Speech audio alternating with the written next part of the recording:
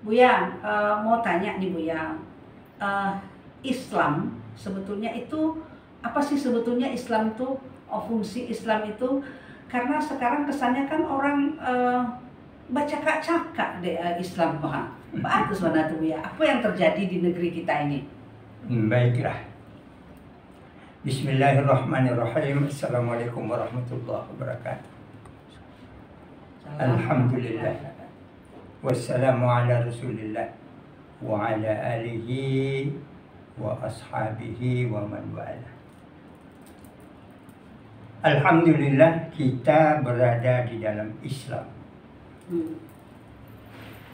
Islam itu agama yang diturunkan oleh Allah melalui nabi-nabinya.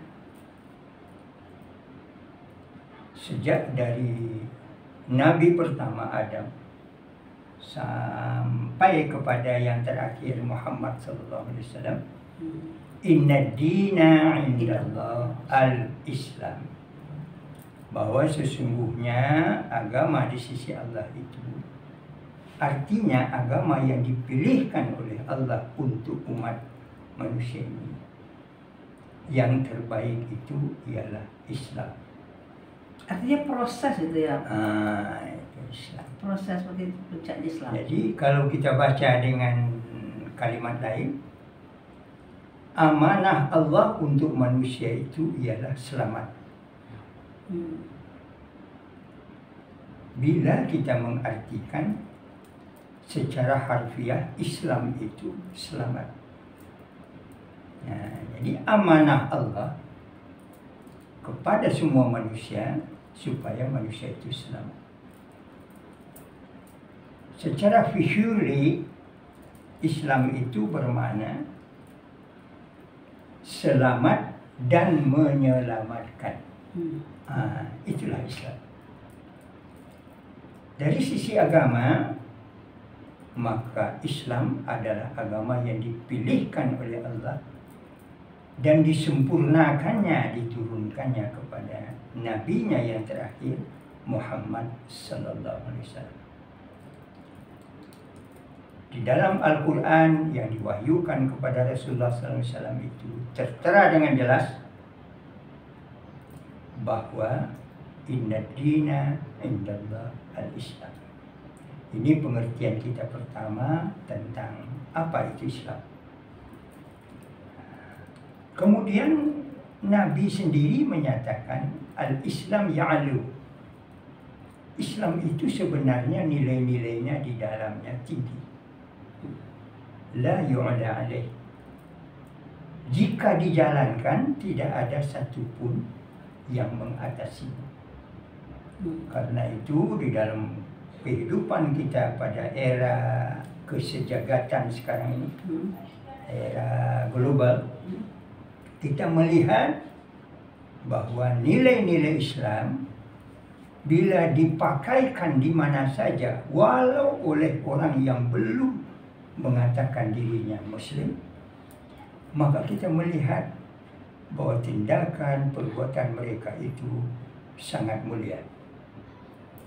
Li utamima makarimul akhlak. Maka kita lihat di daerah-daerah yang tidak beragama Islam, tetapi ketika mereka mengambil nilai-nilai yang ada di dalam Islam itu, kita melihat mereka itu lebih Islam perangainya daripada orang Islam.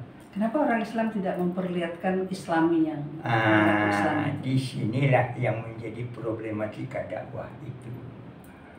Maka kita sudah berpindah pula kepada satu bab baru. Dakwah itu perlu pakai dalil. Ya. Tetapi dakwah itu wajib dengan akhlak. Jadi kalau dalil saja yang kita kemukakan sementara menyampaikannya tidak berakhlak, maka dalil itu tidak akan diterima oleh orang. Malah yang lahir adalah di luar dalil-dalil itu. Maka terjadilah pertentangan, perselisihan, perkelahian, perbantahan, dan banyak lagi yang namanya. Jadi intinya sebetulnya ketika kita menyampaikan dalil, walau itu benar dalam Al-Quran, tetapi cara menyampaikannya tidak berakhlak, orang tidak akan bisa terima. Karena itu sebenarnya dakwah dalam Islam itu kan 3 saja. Ya. Tidak lebih dari 3. Ya. Pertama, amar ma'ruf. Menyeru orang kepada yang ma'ruf. Ya. Bagaimana kiatnya menyeru orang kepada yang ma'ruf? Ada kiatnya, tidak hanya ma'ruf itu jelas kita baik. Ya. Jadi menyampaikan yang baik ini dengan bagaimana caranya? Kiatnya man amara bi ma'ruf falyaqul amruhu bi ma'ruf. Ketika Anda menyeru orang kepada yang ma'ruf, katakan dengan ucapan yang ma'ruf. Wah, ini kan jelas. Ya. Kemudian ada lagi yang kedua, man amara bi ma'ruf falyakun amruhu bil ma'ruf. Ketika Anda menyeru orang kepada yang baik, lakukan dengan cara yang baik. Tuh, lakukan ya. Nah, ini dia. Jangan ngecek saya. Ya, bahasa awak. Hendak Nato. contohkan jonannya. Oke. Yang ketiga, satu perlu. Betul. Yang kedua, dakwah itu kan nahyun 'anil munkar, melarang dari kemungkaran. Apa yang mungkar? Yang mungkar itu sesuatu yang tidak disenangi oleh manusia, tidak disenangi oleh Allah, dimarahi oleh para nabi-nabi. Umpamanya yang mungkar itu bohong, dusta, khianat, manicu, mancilo, bazina, korupsi, bazina, korupsi, bagunjiang, hoax, dusta. So hebat, so paten. Jadi kalau kita buat so paten, so hebat. Kalau kita buat barangkali dari pagi sampai petang banyak. Mungkar sana ke kita sabut. Tapi kalau mengajak untuk tidak mungkar itu kayaknya orang nggak suka. Walaupun itu betul gimana tuh Bu ya. Jadi oleh karena itu orang Allah dan Rasul tidak mau bicara itu ya. Allah dan Rasul memberikan kalimat yang sangat baik, nahyun. Kata nahyun itu menolak kemungkaran. Jadi kalau umpamanya kita sudah melihat kemungkaran dan kita tolak, bagaimana menolaknya? Ada 3 cara yang diajarkan dalam agama, dalam dakwah. Yang pertama, tolaklah dengan tangan kalau kita punya kekuatan. Artinya ada approach struktural. Kalau kita punya kewenangan, kita punya jabatan, gunakan itu. Struktural itu power. Kemudian itu tidak juga bilisan dengan kalimat. Lisan ini kan 2. Ada lisan perbuatan, ada lisan ucapan, ada lisan tulisan, ada lisan juga seperti kita sekarang ini. Sampaikan. Kita tidak memaksa orang untuk menerima, tetapi kita sudah sampaikan. Mudah-mudahan dia dengar. Tidak mau dia dengar, emang gue pikirin. Akhirnya doa ya, kita doakan. Ini kan kalimat siapa dulunya? Gus Dur. EGPC pula. Gue pikirin katanya, emang susah-susah banget. Tetapi amar ma'ruf itu, nahi mungkar itu tidaklah semudah itu. Ya. Kita memikirkan supaya orang semua selamat, yang mungkar pun kita hindarkan. Dan yang ketiga, menolaknya dengan hati.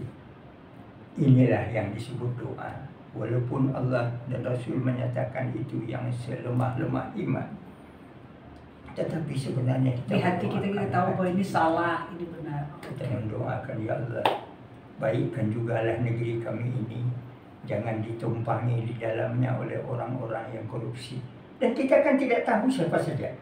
Tapi kita doakan orang-orang yang korupsi. Mungkin dia orang dari dekat, mungkin dia orang jauh. Doa yang sedemikian itu juga termaksud nahyun 'anil munkar. 2. Ada yang ketiga, dakwah itu apa? Memantapkan iman kepada Allah. Tu'minuna billah, beriman kepada Allah. Nah, ketika kita bertanya kepada Nabi, apa itu iman? Memang iman percaya kepada Allah, percaya kepada Rasul. Beriman ya. Tapi ada satu kalimat yang paling tegas yang disampaikannya. Akmalul mu'minin imanan, yang paling sempurna imannya seorang yang beriman itu ahsanuhum khuluqa, yang paling baik akhlaknya. Akhlaknya. Jadi rupanya antara iman dengan akhlak ini sepadan, sejalan. Mestinya gitu ya. Tapi banyak yang ngaku beriman tapi akhlaknya nah, makanya jadi oleh itu karena menjadi bermasalah ya. Dia disebut beriman yang belum sempurna. Oke. Sementara kita mengharapkan supaya kita semua beriman. Oke.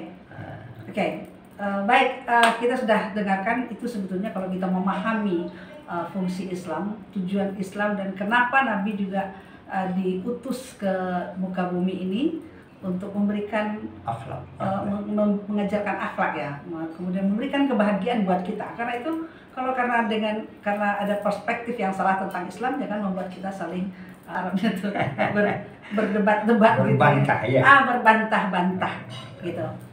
Itu perbincangan kita tentang Islam. Mudah-mudahan kita bisa mendapatkan rahmat sebagai Islam yang rahmatan lil alamin.